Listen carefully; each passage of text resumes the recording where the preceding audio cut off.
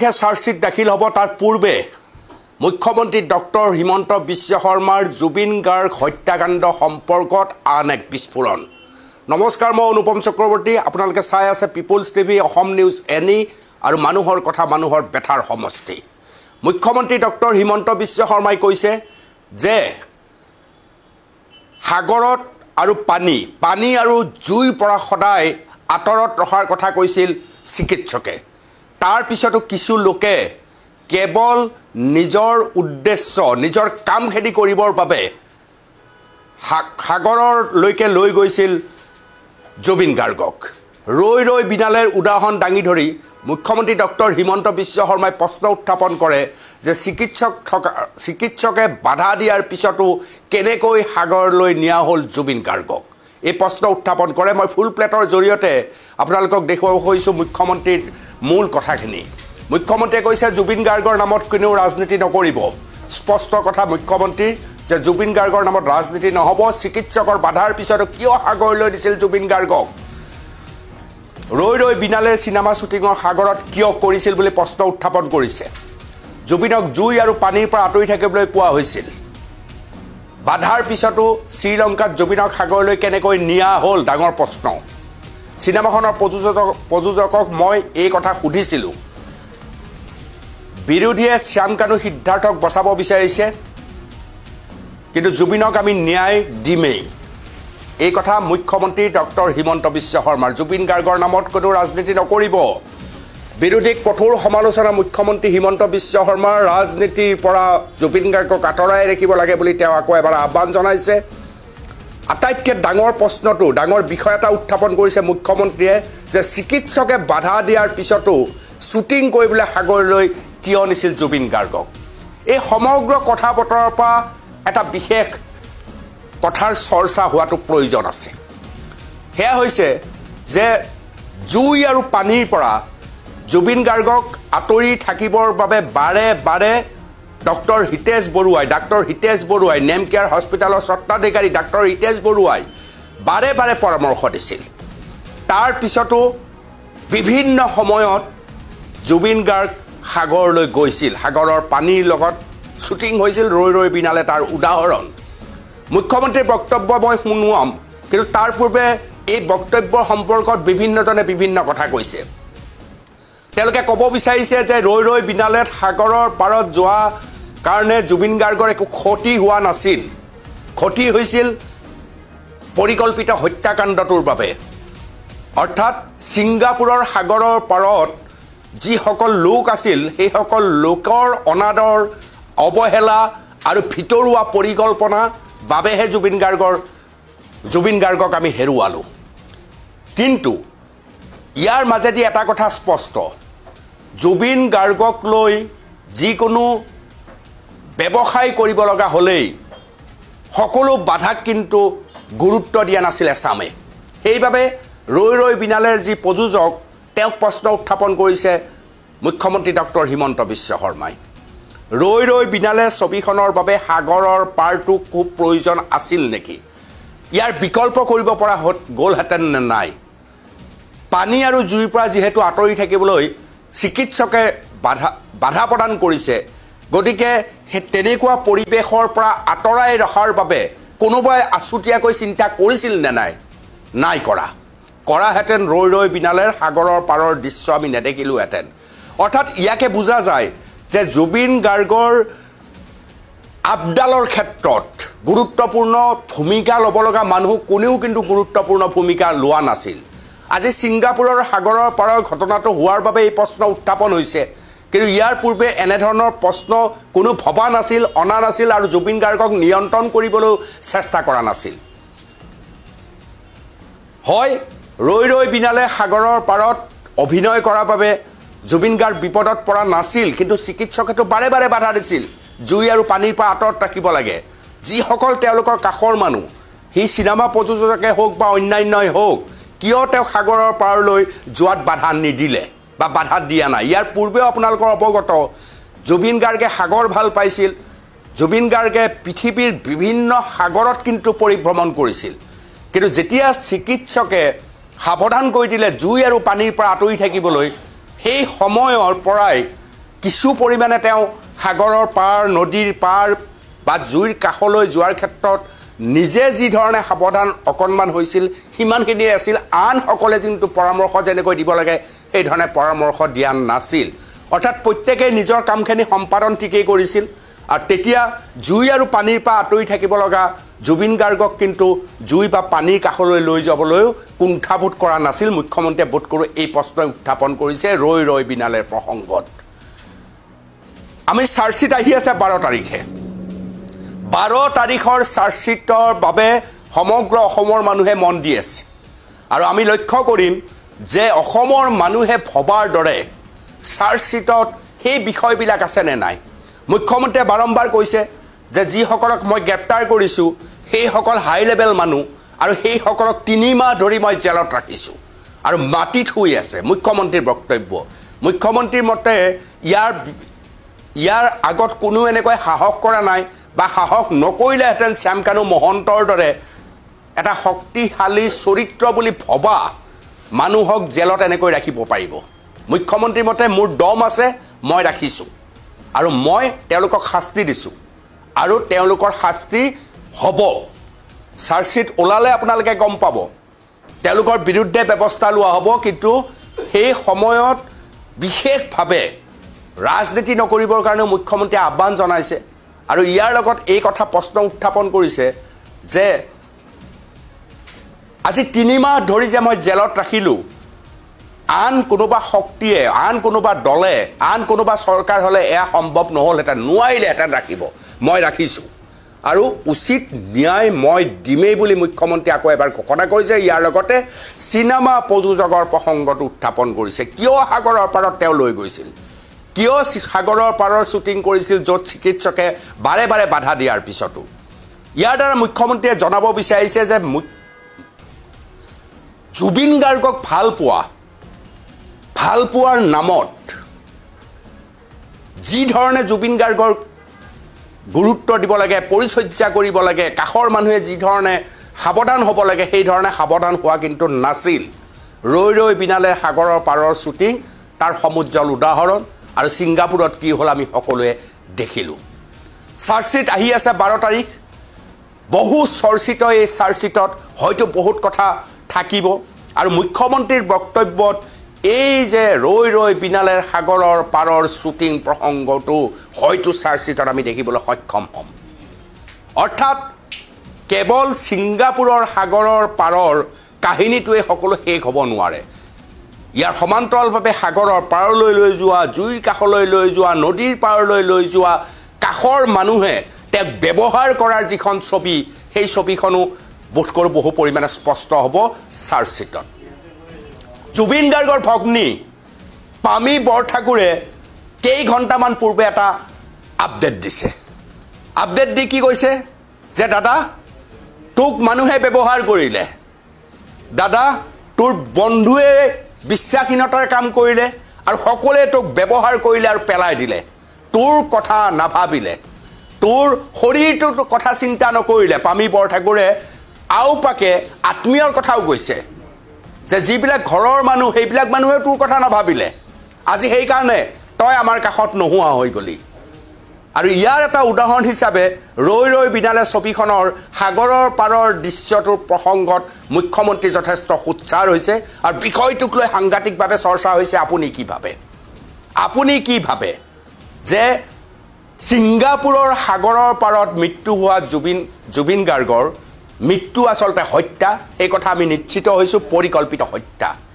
এই সাগৰৰ পাৰত নগ'লেও হয়তো জুবিন গাৰ্গ আমাৰ কাষত নাথাকিলেহেঁতেন তেওঁলোকৰ যিটো পৰিকল্পিত হত্যাৰ ব্লুপ্ৰিণ্ট তৈয়াৰ কৰিছিল কিন্তু ইয়াৰ মাজত এইটো প্ৰশ্ন উত্থাপন নিশ্চয় হ'ব যদি সাগৰৰ পাৰত শ্বুটিং কৰাৰ বাবে ৰৈ ৰৈ বিনালেৰ প্ৰযোজক দোষী হয় তেতিয়াহ'লে ছিংগাপুৰৰ সাগৰৰ পাৰত যেতিয়া জুবিন গাৰ্গৰ এই হত্যা হৈছিল সেই সময়ত যে প্ৰবাসী অসমীয়াসকলে তাত বহি সুৰাপান কৰি আছিল কিৰিলি পাৰিছিল ৰেকৰ্ডিং কৰিছিল সেইসকল দোষী আওতাত আহিবনে নাই সেইসকলক প্ৰশ্ন সোধা হ'বনে নাই অকল জেলত থকা কেইজনকে সোধা হ'ব নে সেইসকলে সেই সময়ত যে চাই আছিল 16-18 জন মানুহ সেই কেইজন মানুহৰ ওপৰত ব্যৱস্থা হ'বনে নাই আপুনি নিশ্চয় অপেক্ষা কৰি আছে চাৰ্জশ্বিটৰ সেই দিনটোলৈ য'ত এই ধৰণৰ কথাবোৰ আহিবনে নাই কিন্তু এই মুহূৰ্তত মুখ্যমন্ত্ৰী সোচ্চাৰ হৈছে আকৌ এবাৰ কৈছে ৰাজনীতি নকৰিব জুবিন গাৰ্গৰ ন্যায়ৰ প্ৰসংগত মই নাচুৰ বান্দা মই ৰাজনীতি হ'বলৈ নিদিওঁ আৰু উপযুক্ত ন্যায় দিবলৈ মই সাজু আৰু তাতে এতিয়া প্ৰশ্ন উত্থাপন কৰিছে ৰৈ ৰৈ বিনালে প্ৰযোজকক যে তোমালোকে জনাৰ পিছতো জুই আৰু পানীৰ পৰা আঁতৰাই ৰখাৰ কথা চিকিৎসকে কোৱাৰ পিছতো তোমালোকে কিয় লৈ গৈছিলা জুবিন গাৰ্গক ৰৈ ৰৈ বিনালে ছবিৰ অভিনয় কৰিবলৈ সাগৰৰ পাৰলৈ শুনক মুখ্যমন্ত্ৰীৰ বক্তব্য জুবিনক ডক্টৰে হাক দিছিল সাগৰত যাব আৰু মই শুনা পাইছো সেই চিনেমাখন সাগৰক লৈ সেইকাৰণে মই যোৱা নাই শেষত মই যাম জানুৱাৰী কিন্তু মোৰ কথাটো আছিল যে জীৱিত কালত জুবিন গাৰ্গক ডক্টৰে হাক দিছিল যে সাগৰত নাযাব সেইখন চিনেমা চালেইতো মই বাহিৰত আহি প্ৰশ্ন সুধিব লাগিব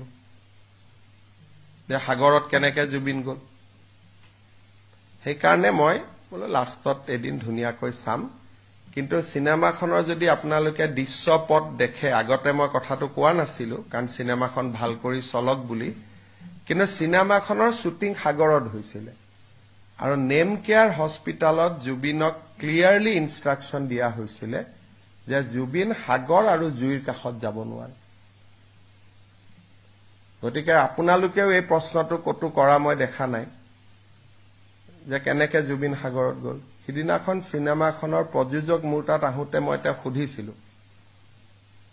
যে শ্ৰীলংকাত আপোনালোকে জুবিনক কেনেকৈ সাগৰত লৈ গ'ল কাৰণ মই দেখা নাই চিনেমাখন কিন্তু সাগৰক লৈ হৈছে নে নাই গতিকে মুখ্যমন্ত্ৰী এজনে চোৱাৰ পিছততো কথাটো ফাইলত লিখিব লাগিব মই সেইকাৰণে শেষৰ ফালে চাম বুলি ভাবি থৈছো তেতিয়া আৰু কোনো হেৰি নাই গতিকে আৰামত এদিন বঢ়িয়াকৈ চাই লৈ আহিম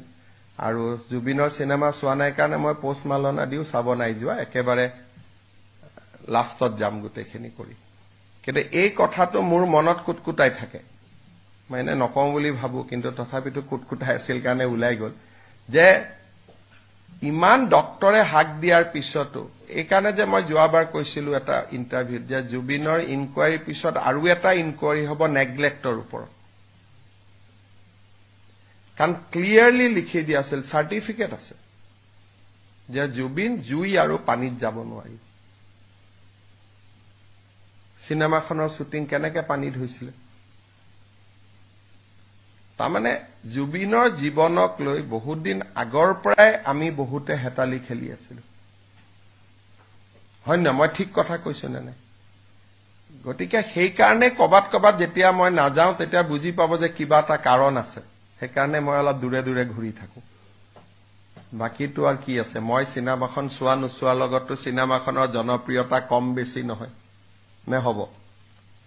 হেতু আপোনালোকে ভাবে যে সিএমএ চাব যোৱা নাই কিবা কাৰণত যোৱা নাই এইটো এটা পজিটিভ কাৰণ আছে কাৰণ গলে মই প্ৰথমতে এইটো কথা ক'ব লাগিলহেঁতেন যদি ফাৰ্ষ্ট দিনা গলোহেঁতেন মই এই প্ৰশ্নটো ফাৰ্ষ্ট দিনাই সুধিলোহেঁতেন তেতিয়া চিনেমাখনক লৈ বিতৰ্ক আৰম্ভ হ'লহেঁতেন এতিয়া ক'লেও আপত্তি নাই কাৰণ চিনেমাখন প্ৰায় চোৱা হৈয়ে গ'ল সেইকাৰণে এতিয়া লাষ্টত কথাটো কৈছো জুবিনক ডক্টৰে হাক দিছিল সাগৰত যাব আৰু মই শুনা পাইছো সেই চিনেমাখন সাগৰক লৈ সেইকাৰণে মই যোৱা নাই মুখ্যমন্ত্ৰীৰ বক্তব্য আপোনালোকে শুনিলে মুখ্যমন্ত্ৰীৰ বক্তব্যত কেইটাবাৰ তাৎপৰ্যপূৰ্ণ কথা আছে মুখ্যমন্ত্ৰীয়ে কৈছে যে মই চিনেমাখন নাচাওঁতে বহুতে মোক প্ৰশ্ন উত্থাপন কৰিছিল যে মই চিনেমাখন কিয় চোৱা নাই মই চিনেমাখন নোচোৱাৰ মূল কাৰণ হৈছে যে সাগৰৰ পাৰৰ সেই দৃশ্য সম্পৰ্কত মইতো পৰিচালক প্ৰশ্ন কৰিব লাগিব গতিকে পৰিচালক মোৰ ওচৰলৈ আহিছিল মই পোনপটীয়াকৈ সুধিছিলোঁ যে জুই আৰু পানীৰ পৰা জুবিন গাৰ্গক আঁতৰাই ৰাখিবৰ বাবে বাৰে বাৰে পৰামৰ্শ দিয়াৰ পিছতো তোমালোকে কিয় সাগৰ পাৰলৈ লৈ গৈছিলা অৰ্থাৎ বিশিষ্ট পৰিচালক বোধকৰো ৰাজেশ ভূঞাৰ প্ৰসংগই তেওঁ উল্লেখ কৰিছে অৰ্থাৎ ৰাজেশ ভূঞা এক বিপদৰ মাজলৈ যোৱাৰ সম্ভাৱনা প্ৰকট হৈ আছে এফালৰ পৰা যদি আপুনি চাই এফালৰ পৰা যদি আপুনি বিষয়টো পৰ্যালোচনা কৰে প্ৰিয় দৰ্শক তেতিয়াহ'লে জুবিন গাৰ্গৰ অৱহেলাৰ প্ৰসংগটো আটাইতকৈ গুৰুত্বপূৰ্ণ প্ৰসংগ বিভিন্ন মাধ্যমত আপুনিও ইতিমধ্যে গম পাইছে চাগে যে জুবিন গাৰ্গক তীব্ৰভাৱে অৱহেলা কৰা হৈছিল আৰু এই অৱহেলা এদিনৰ নহয় সুদীৰ্ঘ আপুনি 10 বছৰ অৱহেলাৰ বলি হৈছিল জুবিন গাৰ্গ আৰু ব্যৱহাৰ হৈছিল এফালে হৈছিল অৱহেলা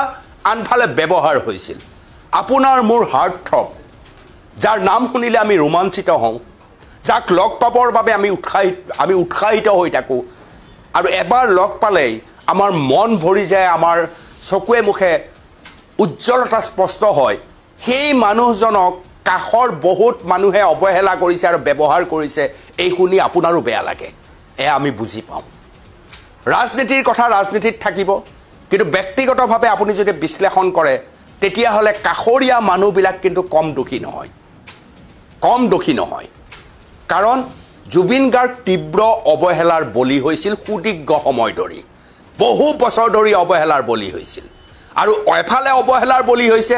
আনফালে ব্যৱহাৰ হৈছে আৰু ব্যৱহাৰৰ প্ৰথমটো নাম শ্যামকানু মহন্তই যি ধৰণে ব্যৱহাৰ কৰিছিল জুবিন গাৰ্গক আপুনি কোনো কাৰণত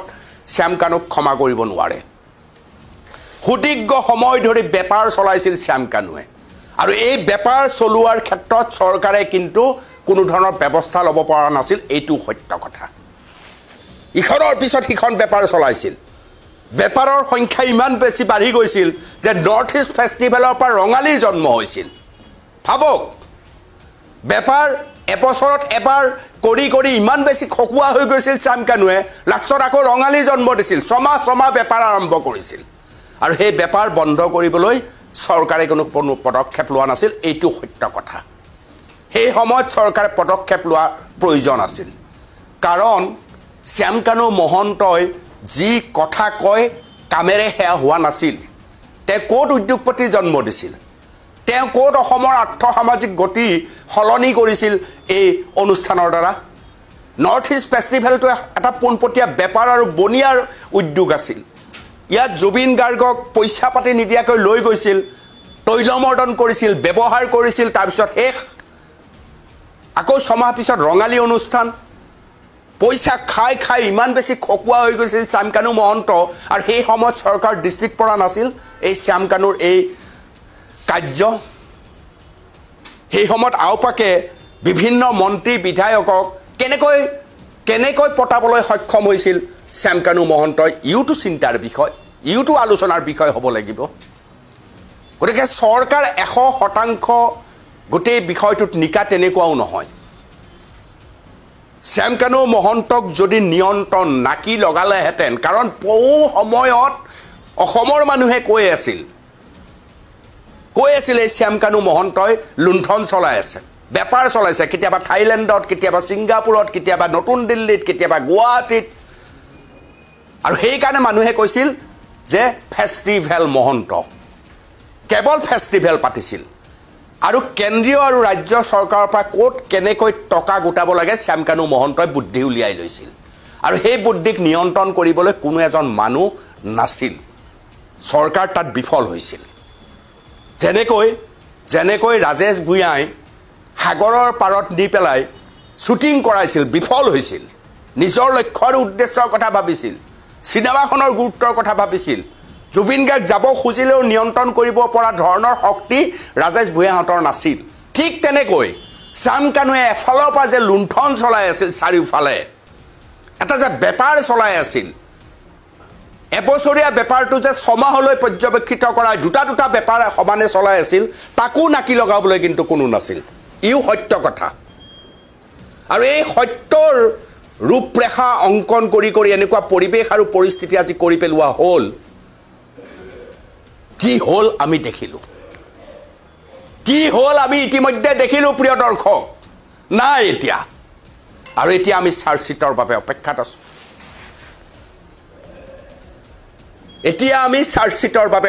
আছোঁ আমি ভাবিছোঁ যে চাৰ্জশ্বিটত অকণমান ন্যায়ৰ কিবা ইংগিত পাম আপুনি মই বিচৰাৰ দৰেই ইতিমধ্যে মুখ্যমন্ত্ৰীয়ে এই বক্তব্য দিয়াৰ পিছতে য'ত মুখ্যমন্ত্ৰীয়ে বিৰোধী দলক কঠোৰ সমালোচনা কৰিছে অখিল গগৈয়ে শ্যামকানু মহন্ত আৰু সিদ্ধাৰ্থক বচাব বিচাৰিছে বুলিও তেওঁৰ বক্তব্যত উল্লেখ কৰিছে আৰু তেওঁৰ বক্তব্য শেষ হোৱা মাত্ৰকে অখিল গগৈ নিজেও ফেচবুক লাইভত আহিছে আহি তেওঁৰ বক্তব্য দিবলৈ আৰম্ভ কৰিছে অৰ্থাৎ জুবিন গাৰ্গৰ ন্যায়ৰ প্ৰসংগত আমি সমগ্ৰ অসমীয়া মানুহ 12 তাৰিখলৈকে ৰৈ আছো আৰু ইফালে ৰাজনীতিৰ অৰিয়াউৰি কিন্তু আমি দেখি আছো মই শুনুৱাইছো আপোনালোকক কি কৈছে অখিল গগৈ শুনক মুখ্যমন্ত্ৰীৰ বক্তব্যৰ প্ৰত্যুত্তৰ দিছে তেওঁ মুখ্যমন্ত্ৰীয়ে মোক মানে অভিযোগ কৰিছে যে মই সিদ্ধাৰ্থ শৰ্মা জুবিন গাৰ্গৰ তেখেতে যি হত্যাকাণ্ড বুলি কৈছে মুখ্যমন্ত্ৰীয়ে তাৰ যি অভিযুক্ত সিদ্ধাৰ্থ শৰ্মা আৰু আপোনাৰ কি নাম মহন্ত শ্যামকানু মহন্ত তেওঁলোক সম্পৰ্কে তেওঁলোকক বচাবৰ কাৰণে মই কাম কৰি থকা বুলি কোৱা বুলি ক'লে তো এই কথাটো শুনি মই আচৰিত হৈ গ'লো আৰে মুখ্যমন্ত্ৰী এনেকুৱা কথা ক'ব পাৰিছে তেতিয়া তেখেতে মোক যিকেইটা কথা সুধিলে তেখেতে মোৰ পৰা উত্তৰ ল'লে লগে লগে তাৰ পাছতে মই মুখ্যমন্ত্ৰীৰ বক্তব্যটো তাৰ পাছতহে চালো যে তেখেতে একচুৱেলি কি কৈছে তেতিয়া মই মুখ্যমন্ত্ৰীৰ বক্তব্যটো চাইতো দেখিলো আজি মুখ্যমন্ত্ৰীয়েচোন জুবিন গাৰ্গৰ মৃত্যু সন্দৰ্ভত বহুত কথা কৈছে মানে বহুত কথা যেতিয়া কৈছে বুলি দেখিলো তেতিয়া মই গোটেই বস্তুটোৱে চালো মুখ্যমন্ত্ৰীৰ গোটেই বক্তব্যটো শুনিলো কোনোবা এটা টিভি চেনেলত মই গোটেই বক্তব্যটো শুনিলো বক্তব্যটো শুনি এতিয়া মই আপোনালোকৰ সন্মুখত অসমৰ মুখ্যমন্ত্ৰীয়ে জুবিন গাৰ্গক লৈ কৰা আজিৰ মন্তব্য আৰু তাত মোক হাঙুৰি লোৱা কথাটোক উত্তৰ দিবৰ কাৰণে এই লাইভলৈ আহিছো সেইকাৰণে এতিয়া মই কথাটো আৰম্ভ কৰিব খুজিছো আজি অসমৰ মুখ্যমন্ত্ৰীয়ে আকস্মিকভাৱে ক'লে যে তেখেতে ৰৈ বিনালে চাবলৈ যোৱা নাই এইকাৰণে যে ৰৈ বিনালে চিনেমাখনৰ শ্বুটিং হৈছিল সাগৰত আৰু ৰৈ বিনালে চিনেমাখন যেহেতু সাগৰত শ্বুটিং হৈছিল কিন্তু জুবিন গাৰ্গ সাগৰলৈ যাব নোৱাৰে কাৰণ ডাক্তৰে তেখেতে ক'লে যে চাৰ্টিফিকেট আছে এখন হস্পিটেলৰ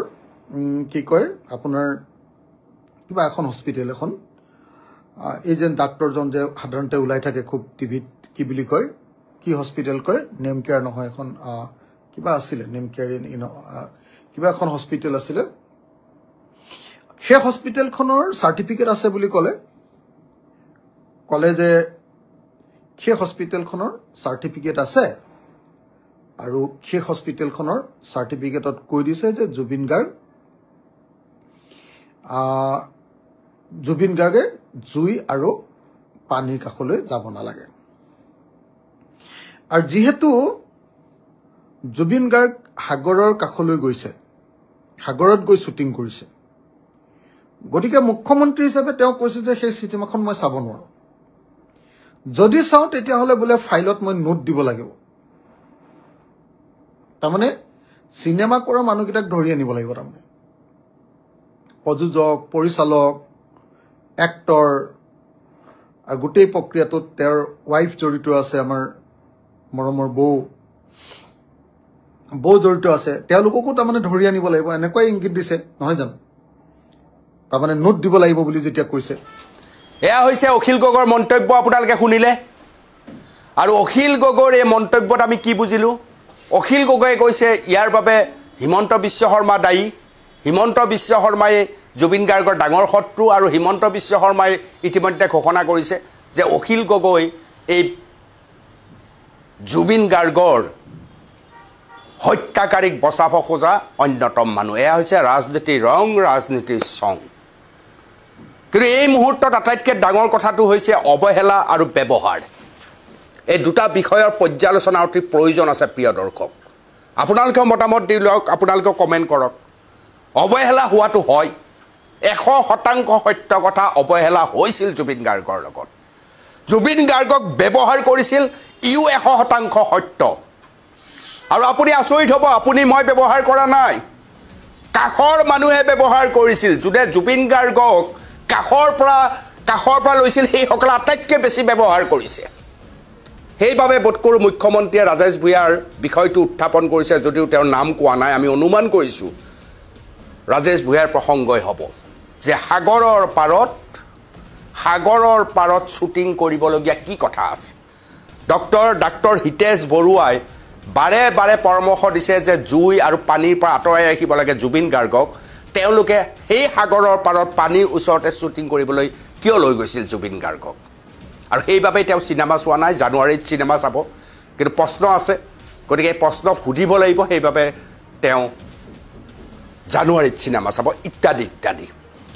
এই ইত্যাদিৰ মাজত আপোনাৰ মোৰ মাজৰ মনৰ কথাটো কি যে 12 ডিচেম্বৰত যিখন চাৰ্জশ্বিট আহিব সেই চাৰ্জশ্বিটখনত আপুনি ভবা চৰিত্ৰবোৰৰ নাম কেনেকৈ আহিব 12 ডিচেম্বৰৰ যিখন চাৰ্জশ্বিট সেই চাৰ্জশ্বিটত কাষৰীয়া যিবিলাক চৰিত্ৰ অৱহেলা কৰা আৰু ব্যৱহাৰ কৰা মানুহবিলাকৰ বিষয়ে বিৱৰণ কেনেকৈ আহিব কোন মানুহৰ নাম আহিব অৱহেলাৰ বিষয়টোতো আমি ছিংগাপুৰত থকা সেই প্ৰবাসী অসমীয়া আটাইকেইজনৰ নামেই স্পষ্টভাৱে কোৱা উচিত তেওঁলোকে অৱহেলা কৰিছিল সেইদিনা নহ'লে এজন মানুহ এনেকৈ পানীত ডুবি মৰিব নোৱাৰে পৰিকল্পিতভাৱে পানীত ডুবোৱা হৈছে বাকী কেইজনে কি কৰি আছিলে দেখা নাছিল তেওঁলোকেতো ৰাজহুৱাভাৱে আজিৰ তাৰিখলৈকে ক'বলৈ সাহস কৰা নাই মানুহৰ কাষত এই পৰ্যন্ত SITৰ উদাহৰণ দি তেওঁলোকে এনেকুৱা দেখাইছে পৃথিৱীৰ আটাইতকৈ বেছি আইন মানি চলা মানুহ তেওঁলোক আৰু তেওঁলোকৰ চকুৰ সন্মুখত 19 ছেপ্টেম্বৰৰ এটা অভিশাপৰ জন্ম দিলে য'ত আপোনাৰ মোৰ হিয়াৰ আমঠুক নোহোৱা কৰি পেলালে কেনেকৈ শাস্তি দিলে ইয়াৰ পৰা আপুনি পৰিত্ৰাণ পাব আপুনি নিজে ভবা নাই মনত শান্তি পাব আপুনি ভাবিব নোৱাৰে এটা যুগ সমাপ্ত হ'ল এটা যুগৰ পৰিসমাপ্তি ঘটাই দিয়া হ'ল অতি পৰিকল্পিতভাৱে আৰু অহা যুগটোত এই ক্ষতিপূৰণ কেনেকৈ হ'ব আমি ভাবিব পৰা নাই আমি প্ৰশ্নই উত্থাপন কৰিব নোৱাৰোঁ জুবিন গাৰ্গৰ পিছত কোন এজন মানুহ এজন সম্পূৰ্ণ শিল্পী কেইজন শিল্পী আছে অসমত নায়েই গায়ক গায়িকা বেছি আছে কেইজন শিল্পী আছে যি সমাজ সংস্কাৰৰ দায়িত্ব লয় যি পাৰিপাৰ্শ্বিকতাৰ কথা ভাবে যি দুখীয়া দৰিদ্ৰৰ বাবে চিন্তা কৰে যি নতুন গান গায় নতুন প্ৰজন্মক অসমীয়া সংগীতলৈ উভতাই আনিব খোজে যিয়ে অসমীয়া লোকসংগীত লোককৃষ্টিক গুৰুত্ব দিয়ে জীপাল কৰিবলৈ চেষ্টা কৰে যিয়ে সুধা কণ্ঠ অথবা আন যিসকল আমাৰ প্ৰয়াত কণ্ঠশিল্পী গীতিকাৰ আছে শিল্পী আছে তেওঁলোকৰ গীতসমূহ কেনেকৈ জীপাল কৰি ৰাখিব লাগে তাৰ কাৰণে দায়বদ্ধতা প্ৰকাশ কৰে কেইজন আছে ক'ত পাব আপুনি বিচাৰি গতিকে আমাৰ কাষৰ পৰা কাক লৈ গৈছে আমাৰ কাষৰ পৰা অতি পৰিকল্পিতভাৱে কাক নোহোৱা কৰি পেলাইছে অন্ততঃ আপুনি মই উপলব্ধি কৰিব পাৰোঁ কোনো মূল্যই এই অভাৱ পূৰণ কৰিব নোৱাৰে তথাপি বুকুত এটা শান্তি যে এইখন চাৰ্জশ্বিট আহিব 12 তাৰিখে ইয়াত অন্ততঃ অসমীয়া মানুহৰ বুকুত জ্বলি থকা জুইকুৰা নুমুৱাবৰ বাবে প্ৰকৃত সত্য আৰু প্ৰকৃত ন্যায় আমাৰ চকুৰ সন্মুখলৈ আহিব বাকী ৰাজনীতি ৰং বা ৰাজনীতিৰ চং চলি থাকিব কিন্তু বহু ক্ষেত্ৰত আমি এই কথা দি ক'ব পাৰোঁ মুখ্যমন্ত্ৰীয়ে নো কম্প্ৰমাইজ অন্ততঃ জুবিন গাৰ্গৰ ক্ষেত্ৰত কাৰণ জীয়াই থাকোঁতেও আপোনালোকে জানে জুবিন গাৰ্গে চৰকাৰৰ সমালোচনা কৰিলেও তেওঁ কয় যে জুবিন গাৰ্গক ইয়াত নাটানিব তেওঁ আমাৰ সম্পদ তেওঁ এনেকৈ থাকক কিবা কৈছে ক'ব দিয়ক এনেকুৱা বহুত সময় পাৰ কৰিছোঁ এই গোটেই সমগ্ৰ পৰিৱেশ সম্পৰ্কত আপোনালোকৰ ক'বলগীয়া কি কমেণ্ট বক্স খোলা আছে মতামত দিয়ক মই বিদায় লোৱাৰ পূৰ্বে একেলগে মুখ্যমন্ত্ৰী ডক্টৰ হিমন্ত বিশ্ব শৰ্মাৰ মন্তব্য আৰু অখিল গগৈৰ মন্তব্য আগবঢ়াইছোঁ আৰু মই বিদায় লৈছোঁ ধন্যবাদ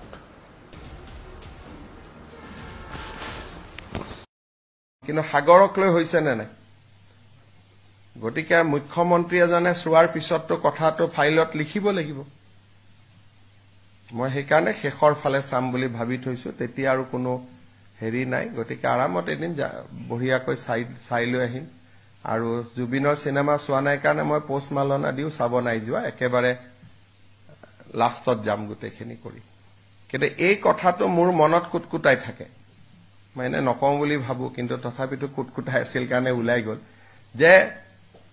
ইমান ডক্টৰে হাক দিয়াৰ পিছতো এইকাৰণে যে মই যোৱাবাৰ কৈছিলো এটা ইণ্টাৰভিউত যে জুবিনৰ ইনকুৱাৰীৰ পিছত আৰু এটা ইনকুৱাৰী হ'ব নেগলেক্টৰ ওপৰত কাৰণ ক্লিয়াৰলি লিখি দিয়া আছিল চাৰ্টিফিকেট আছে যে জুবিন জুই আৰু পানীত যাব নোৱাৰি চিনেমাখনৰ শ্বুটিং কেনেকৈ পানীত হৈছিলে তাৰমানে জুবিনৰ জীৱনক লৈ বহুত দিন আগৰ পৰাই আমি বহুতে হেতালি খেলি আছিলো হয় না মই ঠিক কথা কৈছো নে নাই গতিকে সেইকাৰণে কবাত যেতিয়া মই নাযাওঁ তেতিয়া বুজি পাব যে কিবা এটা কাৰণ আছে সেইকাৰণে মই অলপ দূৰে দূৰে ঘূৰি থাকো বাকিটো আৰু কি আছে মই চিনেমাখন চোৱা নোচোৱাৰ লগতো চিনেমাখনৰ জনপ্ৰিয়তা কম বেছি নহয় নে হ'ব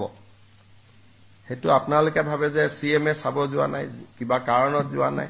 এইটো এটা পজিটিভ কাৰণ আছে কাৰণ গলে মই প্ৰথমতে এইটো কথা ক'ব লাগিলহেঁতেন যদি ফাৰ্ষ্ট দিনা গলোহেঁতেন মই এই প্ৰশ্নটো ফাৰ্ষ্ট দিনাই সুধিলোহেঁতেন তেতিয়া চিনেমাখনক লৈ বিতৰ্ক আৰম্ভ হ'লহেঁতেন এতিয়া ক'লেও আপত্তি নাই কাৰণ চিনেমাখন প্ৰায় চোৱা হৈয়ে গ'ল সেইকাৰণে এটা লাষ্টত কথাটো কৈছো জুবিনক ডক্টৰে হাক দিছিল সাগৰত যাব আৰু মই শুনা পাইছো সেই চিনেমাখন সাগৰক লৈ সেইকাৰণে মই যোৱা নাই শেষত মই যাম জানুৱাৰী